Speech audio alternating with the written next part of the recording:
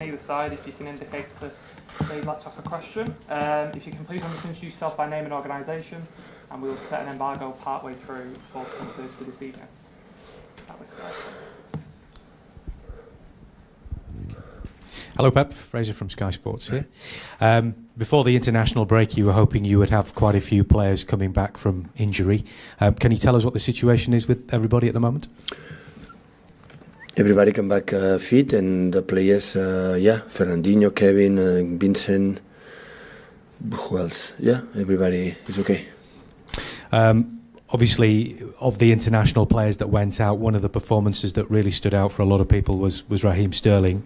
Gareth Southgate said that he thinks that maybe he could be an England captain one day. How impressed were you by his performances for England? Well, it's good for the national team, for us as well, of course, but for national team, good performance, amount of goals and chances he creates. It's good. Unfortunately, he was also the subject of some racial abuse. Was that particularly upsetting for you to see? Yeah, of course. But this is a work or a job or whatever. You have to every day complaining when it's happened what happened. So we have to be there every single day, and Raheem with his behavior show us the reality of our society. Back to the Premier League this weekend. Is there any advantage or disadvantage at all for you playing your game a day before Liverpool plays theirs against Tottenham? It's as always. The last 2 months asking the same, so it's as always. So calendar is what it is. So we cannot control. Sky, BT, Premier League decide when we have to play. We play. And when you look at how things were this time last year, having come back from an international break, you went on to win the Premier League, obviously, but missed out on the Champions League. Have things changed a lot since then? Have you learned lessons from how things were coming back after another international break? Well, I would say after international break, we came back good. We took results. So I think that the rhythm for the points for the last season is quite similar. So we have done incredible amount, huge points, but we have a contender last season. We didn't have it, like make the same incredible, huge amount of points. So now we are going to play 11 games, sure, definitely 11. And if we deserve to play 12, maybe 14, but maybe 15. But to happen that, you have to deserve it. But we're going to play 11 games, 8 left for the Premier League. So game by game, we'll see what happens. Just finally from me, we had the news through yesterday that Ole Gunnar Solskjaer has got the job as Manchester United manager. How impressed have you been by the way he's gone about things there, and do you think Manchester United are now going to be far more of a threat in the next couple of seasons with him there? Well, United is always incredible opponent. So, of course, congratulations for Solskjaer for what he has done incredible in terms of results, the way they play. So wish him all the best. Pep, Simon Stone, BBC. Do you think that the problem of racism within European football is getting worse? I think in Europe, not in football. It's getting worse, yeah. Is that a concern for you? Yeah, of course. Human being. Yeah, it's not nice. There's been talk that players, managers, probably referees, in instances such as the one in Montenegro, should have the power to simply walk off the field. What do you feel about that? We could do that. So we have football is a strong weapon. In the not nice words to say, is a strong weapon to defend the principles of humanity. So I remember a long time ago the people said you cannot mix football and politician. That is not true. So politician is in everywhere, the human rights is in everywhere. A long time ago in Valencia was hitting, he didn't play because it was a Nazismus flag behind the goal. So, and stop it. So when the club or the players or the organization decide to do it, of course, from my side, we're going to follow them. Would you do it yourself?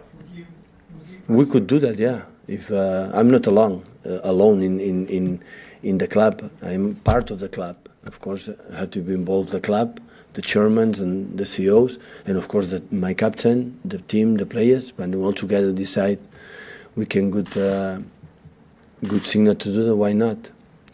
So you have to. The situation changing when you do something. If not, it's impossible. The situation is always the same. So that's why when people like him or the other cases, express what they express, is a good for the future for our society to be better. Pep, on that, is a walk-off or that kind of demonstration, if you like, is that enough? I mean, what would you like the authorities to do to clubs or countries that are found guilty of this? But the problem is not about the football itself. It's the society. What happened in Europe, and the right side, the extreme right side, is going there. And the message they're going to sending, to win the election to the votes, we are not safe. So it's not problem, the football, it's the society itself. And just back on to the football, it's 3 weeks since you've played a Premier League game. How hard is it now, with everything so close and so much at stake, to switch back on now into the Premier League focus? Last 7 months it happened.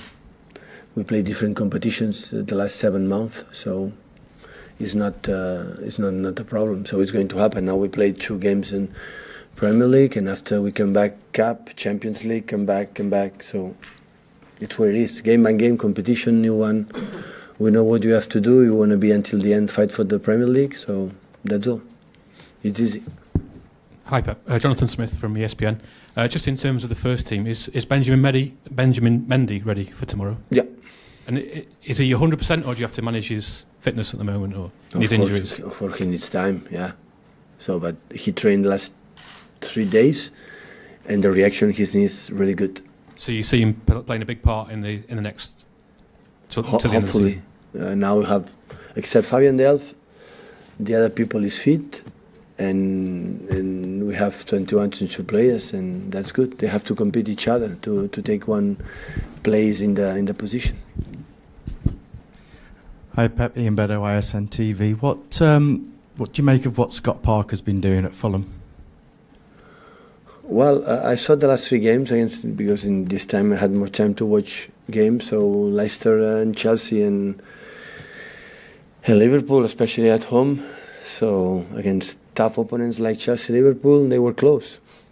So they tried to play like with Jokanovic in the beginning, and for a few details they don't win the game, so they don't take points, but they play well. So Mitrovic in the box is so dangerous, and all of them, they have a good quality players. Babel is so fast, still come back for the national team from Dutch. So I don't see the table, so I see how they do, how they have done since Scott Parker is the manager, and they have doing not results but really well. When a club changes manager, though, does that change your thinking on how you approach the game? Well, when you change the manager, when happened in Huddersfield, and I didn't watch not one single game about what they try to figure out what they want to do, is more difficult. But at the end, they play three games, and of course they play with different systems, 4-4-2 or 4-1-4-1 or 5 in the back in the last minutes against Liverpool. The setup, change sometimes, but the way they want to play is quite clear. Set the embargo for 10:30 this evening, please, guys.